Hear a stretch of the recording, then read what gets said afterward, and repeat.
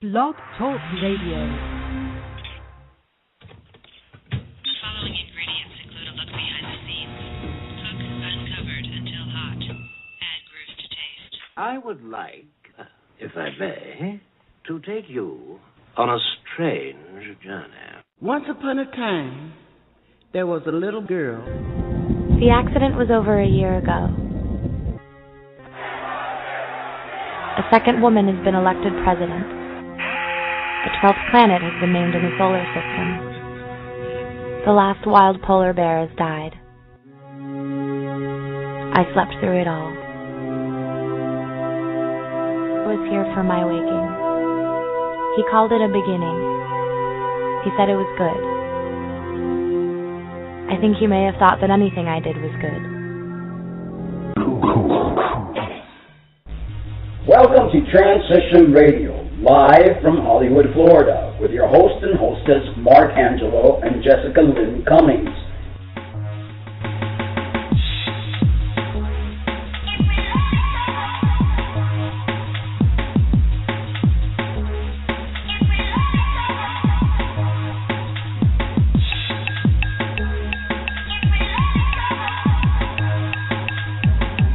Show for trans folks, by trans folks, here to let your voice be heard.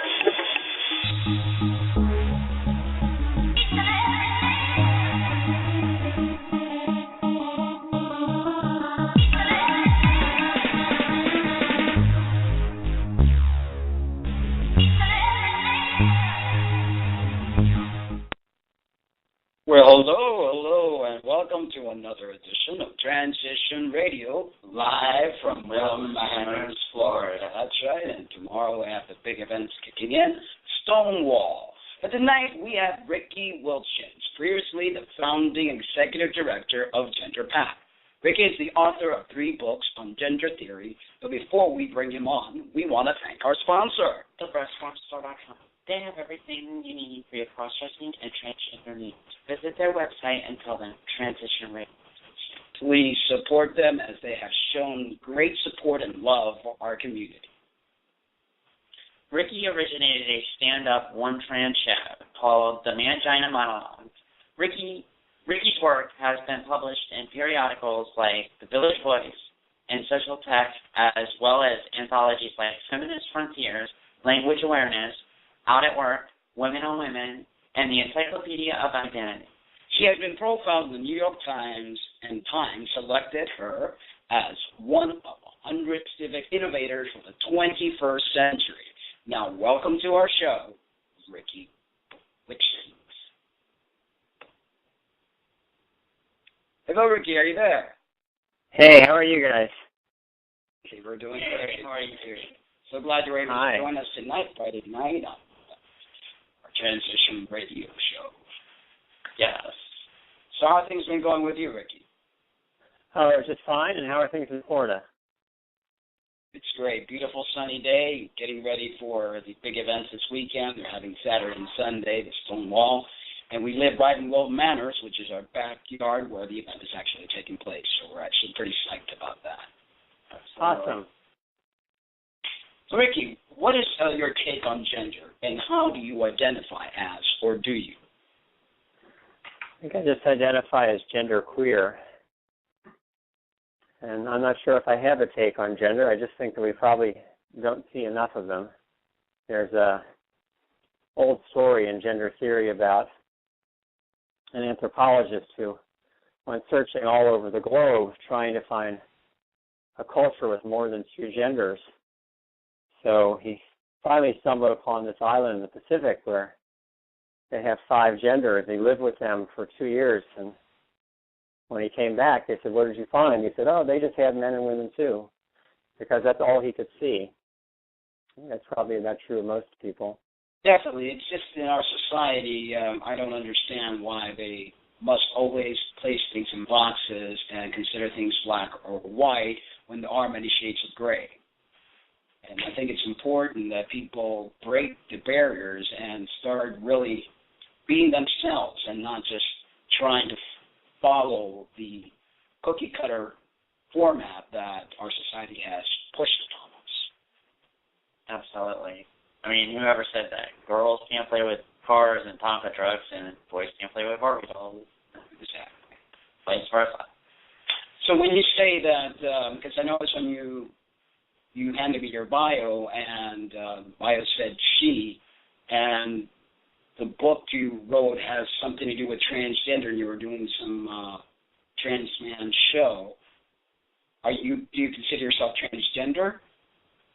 I think I'm considered transgender. It's certainly not a word I originated. Okay. So you feel comfortable. I mean, I'm not trying to put you on the spot. I'm just trying to get you to talk. I don't feel on the spot. I think that,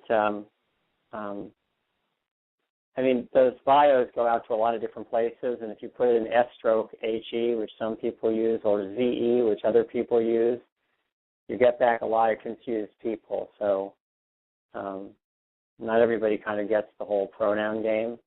So it's just kind of simpler to use SHE, I think. It's funny when you were talking about, letting everybody be themselves. Nancy Nangeroni in Boston used to, I think still does do gender talk radio. Used to say, we're not getting a very good reception. We're not getting a very good reception. Are you on speakerphone or something? Because it's I'm not. You're not. I noticed that too. It's a little sparkly on my end too, but maybe it's the airwaves. Is it any better? I'm talking a little closer to the phone now. Yeah, it's a little bit better.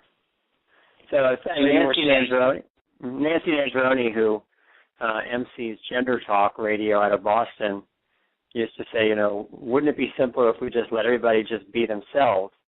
And my answer is no, it would not be simpler if we just let everybody be themselves. There is tremendous economy to generalizations. I mean, it's nice to know when you see someone, or think you know when you see someone, if you should open a door or address them as Miss or Mrs. or Mr., or if they're likely to be a potential dating partner, assuming you're attracted to one sex or the other. Gender has tremendous economy when trying to navigate a lot of people that you may not know personally. So I don't have problems with boxes. I have problems when we force people into them or punish people for not fitting in them or for changing from one to the other. But the boxes, generalizations are the way we navigate lives. Nobody wants to have to learn every single thing from scratch, or for that matter, every single person from scratch every time you meet them. So I have no problem with generalizations about gender. I just have problems when we start to punish people or force them to conform. I think that's when it becomes problematic. Absolutely, definitely. Talking about Nancy, I don't know her in person, but I know I've actually done a couple of interviews with her in the past when she had her show with her partner, and it's been quite a while now. Does she still have her show, or is that off the air? I don't know. I was about to ask you. I was hoping you were going to tell me since you're in the business. I haven't heard from them in quite a while. It's been probably a good 7 years back. Yeah. They had some great interviews, though. She was doing that show back when, it was really one of the first ones, and I can't remember anyone who was doing internet radio before Gender Talk. And she pretty much got everybody for a while because there was no other outlet. So there's a lot of work, as I'm sure you all have found. It's a lot of work, getting people, and especially in a rather small community where there aren't a ton of speakers, so they had to work hard. Trust me, I'm the show coordinator, and it's not an easy job, and it's not, I have a full-time job besides doing the TV and radio show, and we have 2 shows that we have to find guests for every week, and it's a job. Yes, it is. That sounds familiar. So, Riki, tell us about Gender Pact. Well, Gender Pact was founded in around 1995 when we decided there needed to be some kind of political voice in the transgender community. Before that, most of the organized activity was either around the conferences. There was probably a major transgender conference someplace in the U.S. every month at that point, or around information groups like IFGE in Boston, and there were a couple other ones, one in Atlanta whose name escapes me, that try to provide information to people, cross-dressers and transsexuals. And And it just, there was just seemed to be a moment where a lot of us kind of looked around and said, this is not just a personal issue, and it's not just an issue of affiliation. Let's go find some people to hang out with who are like us. It's a political issue. We are missing important civil rights, and we need some kind of vehicle to pursue that. And out of that came the Gender Public Advocacy Coalition, which everyone has always just called Gender PAC, although we were never a PAC in the political sense. And, it's Gender PAC had a really good 12-year run. And then when we started, no one would say anything about transgender or, for that matter, gender identity and expression. And by the time we finished, it seemed like everybody was doing it. The Human Rights Campaign, the National Gay and Lesbian Task Force, GLAAD. I mean, if you looked at a group in the gay community, they were all kind of finally singing the words to the song. And about 3 years ago, the board and staff decided to sunset the organization and the website. But before they did that, we at least had one huge conflagration. And around 5 years into our work, maybe in year 2000, this young dark-haired, blue-eyed lesbian came to us and said, I was fired from my job because they said I was too butch. I mean, to me, too butch is an oxymoron, like, dry ice, jumbo shrimp, or military intelligence. How can you be too butch? But anyway, they started calling her by male pronouns and teasing her with male names, and eventually she was asked to fem it up a little bit and tone it down and leave. And they fired her. So to me, it was a clear case of discrimination based on her gender expression and presumably whatever gender identity she has, a butch lesbian. So we started working with her, trying to publicize her case, get her legal representation, etc. And the board just split down the middle. We had half of the board that thought it was completely appropriate and couldn't see a problem, and the other half that was furious that we were, quote-unquote, wasting time and resources on someone who was not transgender or trans-identified. And it was a big deal. I mean, it really kind of shook up both us and the community, and there are a lot of people that to this day thought that, we probably should have taken on that case.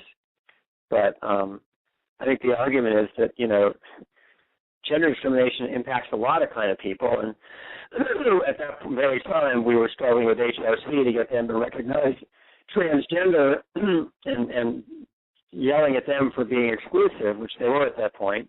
It didn't seem to me to make a lot of sense for us to be exclusive and exclude someone else because of their identity. So hopefully we kind of won that argument in the long run. I see groups increasingly saying not only transgender, but anyone who is gender nonconforming, which I think opens the door to a lot of interesting people. We have this stand-up one-man show called Vagina Monologues. What is that all about, and has that taken off? Well, it's a one-trans show, not a one-man show. And trans show. I wouldn't say it's taken off. I've done it in maybe a half dozen places around the country. We did a sold-out show here in D.C. at Busboys and Poets, which is a big performance space, stroke restaurant. Alice Walker was just there. I've done it at some of the transgender conferences. I've done it at colleges and universities. So it was, I think the idea was that, there's a certain point when everything is really, really serious and you're really, really pissed off as an activist, and I think that's appropriate. At a certain point, you begin to see, I think, how ridiculous the gender system is, and then you realize it's something you can tell jokes about, and that there's a tremendous amount of humor to these gender norms. And the more I kind of dug into it, especially my own experience and all the craziness I've been to, the more I started to see not only the anger part, but the humor part, and how funny it was. And, some of the really funny parts actually started out as dialogues, monologues, and bits in my book, Read My Lips. And we started going through Read My Lips and realizing there was enough there for about, 2/3 of a comedy act as performance art. And I started thinking, well, you could flesh this out with jokes and really make it into a full, hour and a half of stand-up. so that's what it became. It was really fun because, there's just so much material. I mean, my God, once you start digging into the craziness around transgender people, you're going to have tons of fun.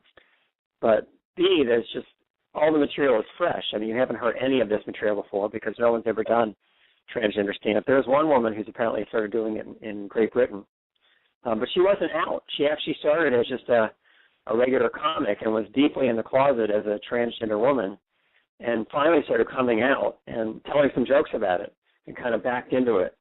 So I thought that was kind of an interesting trajectory. But it was fun to do, and we're now trying to do a book around the performance also called the Mangina Monologues, kind of a play on the vagina monologues, obviously.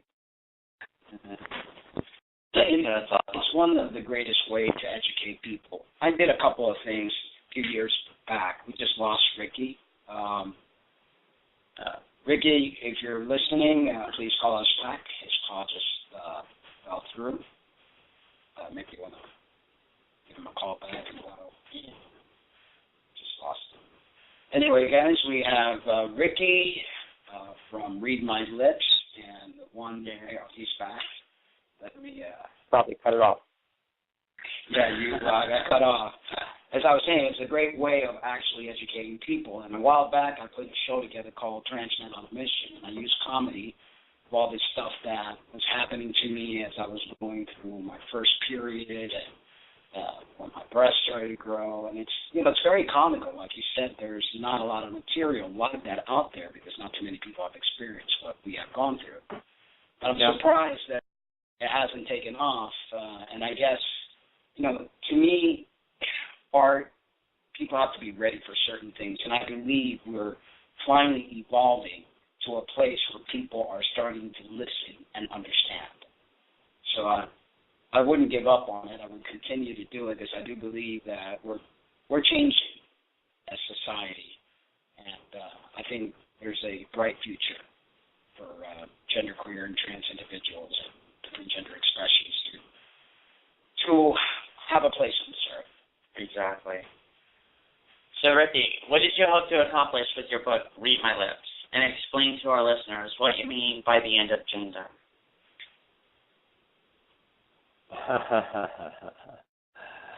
Well, back when that book, there have been 3 books now, and I think each one of them kind of served a purpose.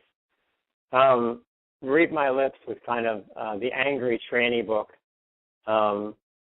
At that point, there were only 2 other transgender books out there. There was Leslie Feinberg's Stonebush Blues and Kate Bornstein's Gender Outlaw.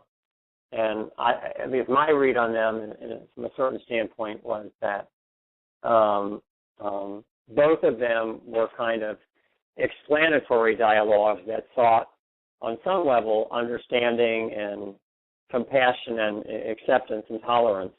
And I think I was just too pissed off at the time to want any of those things. And I thought there's room here to write kind of the angry training book. And instead of explaining my story and how I always felt like a little girl from the first time and all that stuff, and that kind of familiar narrative trajectory that we get with transgender people trying to explain themselves in ways that will help other people sympathize with them, I just thought, screw this. I'd much rather critique and tear down the gender system.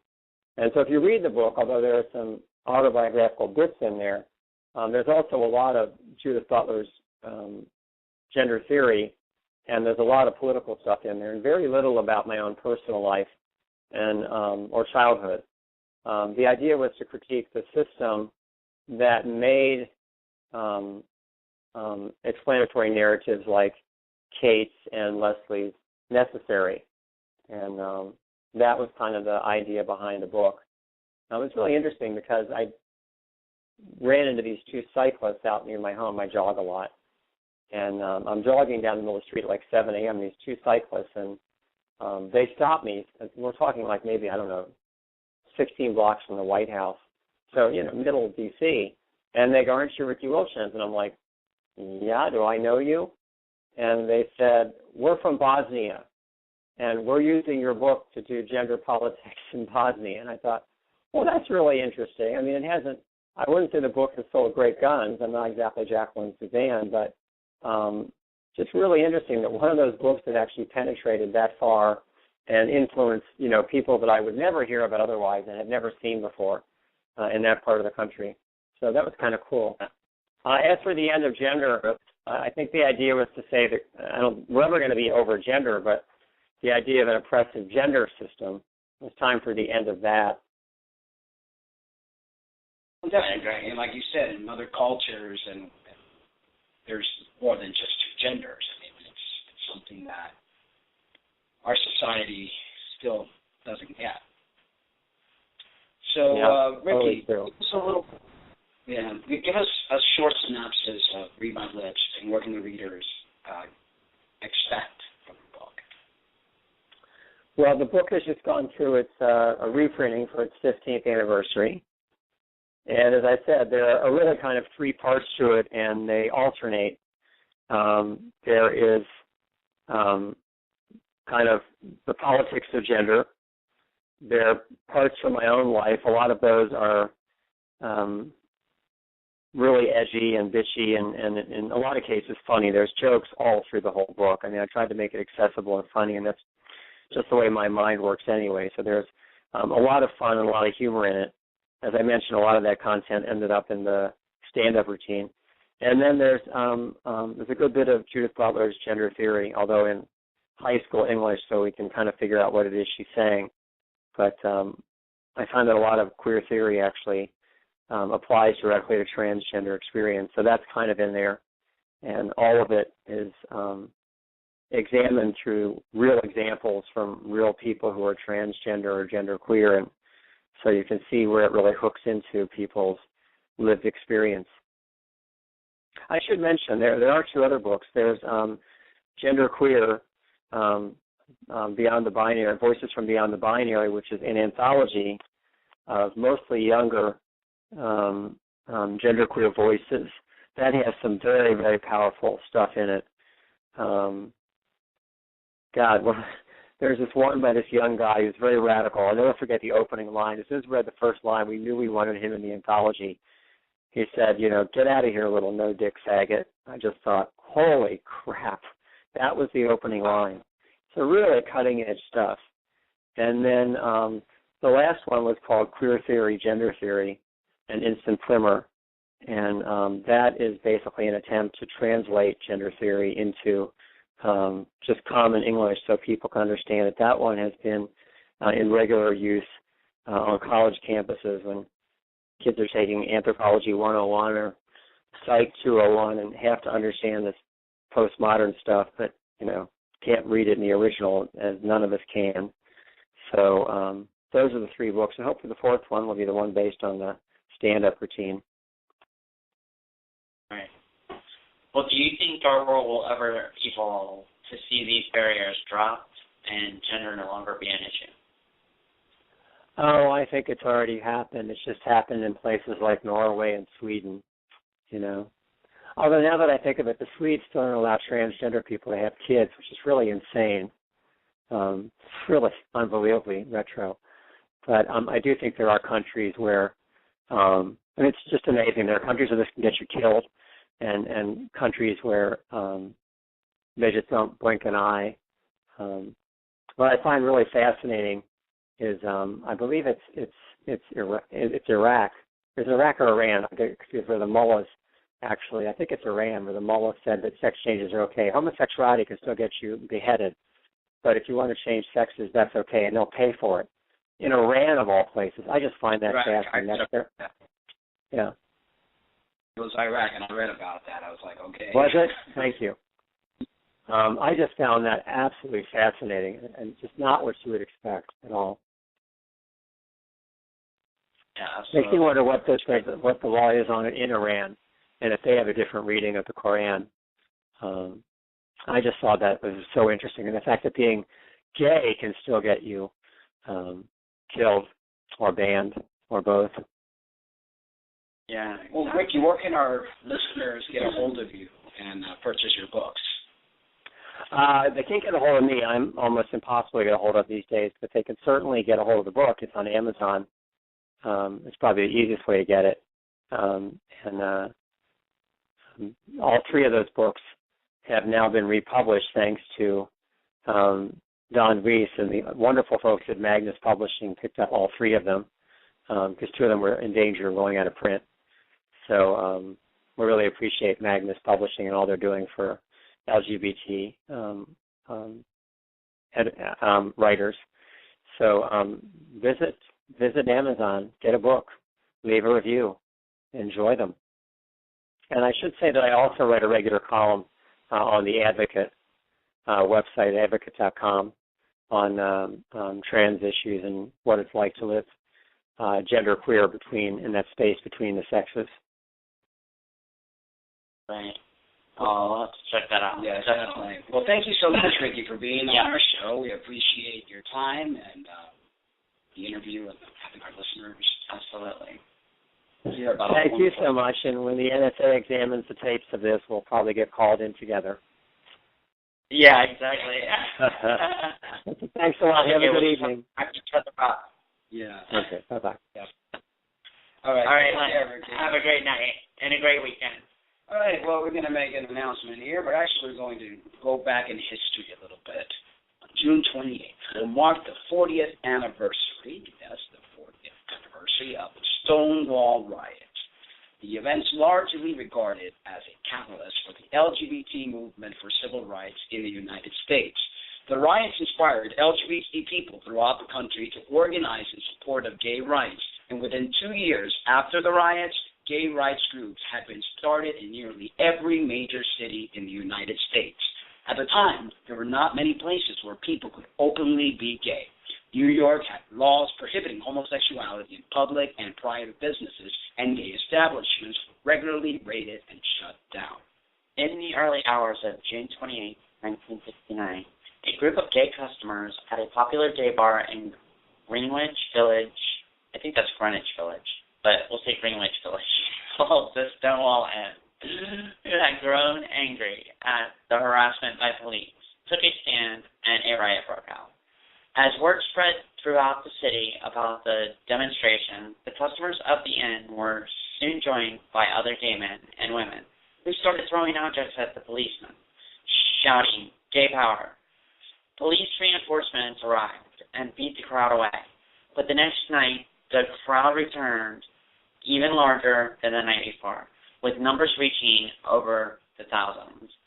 For hours, protesters rioted outside the Stonewall Inn until the police sent a riot control squad to disperse the crowd. It was Greenwich because this was... Okay, yeah, I was thinking Greenwich. I don't know why. I almost said it. 4 days following demonstration of varying intensity took place throughout the city. In the wake of the riots, intense discussions about civil rights were held among New York City's LGBT people, which led to the formation of various advocacy groups, such as the short-lived Gay Liberation Front, which was the first, by the way, group to use the word gay in its name, and a citywide newspaper called Gay. On the first anniversary of the Stonewall riots, the first fight in U.S. history took place in Los Angeles, Chicago, San Francisco, and near the Stonewall Inn in New York. The Stonewall riots inspired LGBT people throughout the country to organize in support of gay rights. And within 2 years after the riots, gay rights groups had been started in nearly every major city in the United States. And forwarding forward, Stonewall Summer Pride 2013, Journey to Equality, is a 2-day event. It all starts on Saturday, June 22nd, 2013. The street will close and the party gets started at 6 p.m. with DJs spinning your favorites until the Stonewall Summer Pride Parade gets started at 7:30 p.m. When the parade completes, DJ Tim Madoni will take over the stage to wow the crowd with his unique musical style and his incredible laser light show. On Sunday, June 23rd, the big event gets started at 11 a.m. with our 2013 Street Festival, Marketplace, Kids Zone, and much, much more. Entertainment will continue on the main stage throughout the day, followed by Stonewall Summer Pride concert at 7:30 p.m. We will definitely take part in this celebration. It's our backyard right here in Wilton, Mass.